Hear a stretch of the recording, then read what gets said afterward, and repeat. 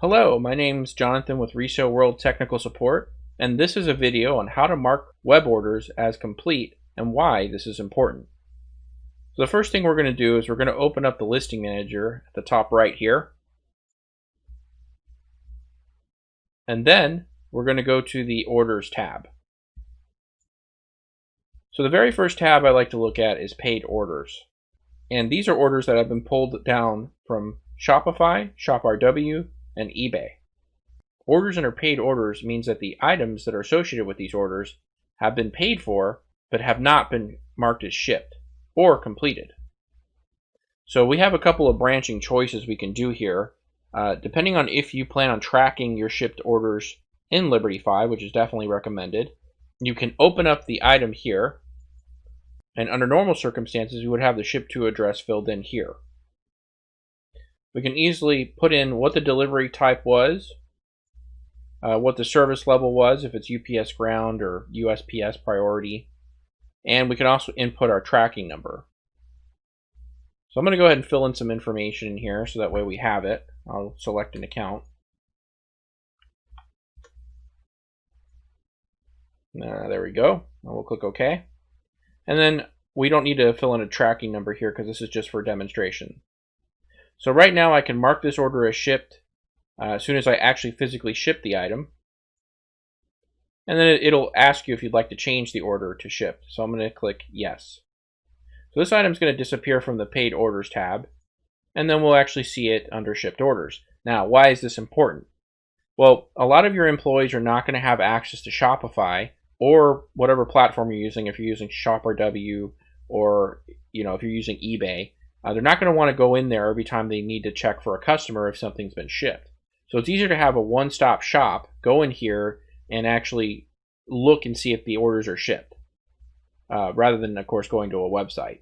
So from this point, we make a decision.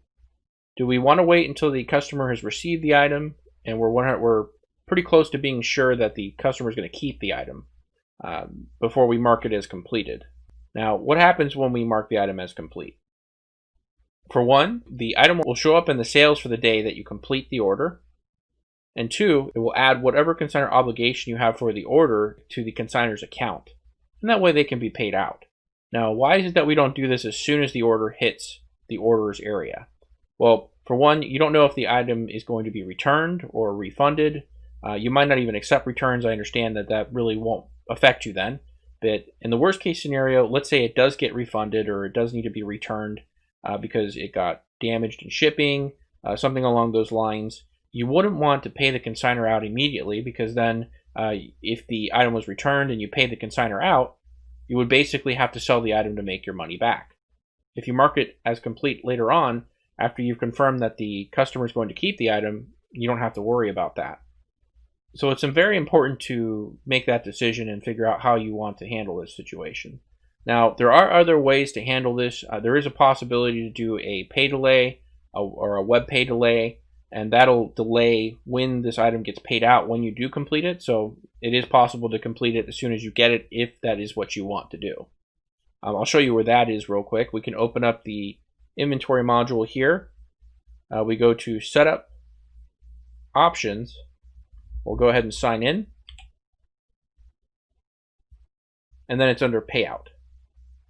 So from here, we control not only our regular pay delay, but also our web pay delay. So this controls how long it takes for the money to become payable in a consignor's account after you complete the order. I'll go ahead and click OK on this. We'll go back to the listing manager.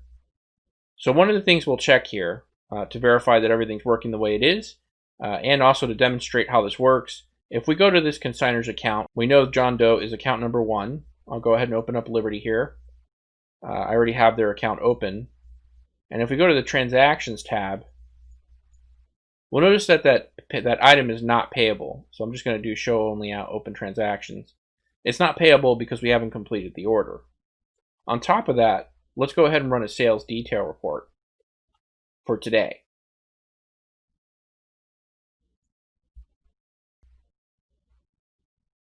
I do have one sale today, but if we go to the last page, we'll notice that our sale for that item is not in here. So I'll go back to our listing manager. And then I'm going to go ahead and complete this sale. So my consignor should be getting $25, and I should be getting $26 just because I have an additional item fee here. So I'm going to go ahead and complete this sale, and the way we do that is we right click and we can mark the order as complete. We can also double click on the order and check mark order as complete and items ready for payment. So I'm going to go ahead and do this, check mark this, we'll click OK. And now if we go to our completed orders tab, there's that order, it's been completed. So let's go back to inventory module, and then I'm going to refresh this page. So now we can see there's our $25 that the consignor's getting for that item. And now if we go to our reports, I'll go ahead and preview this. And the account dash item number of that item should be 1-18.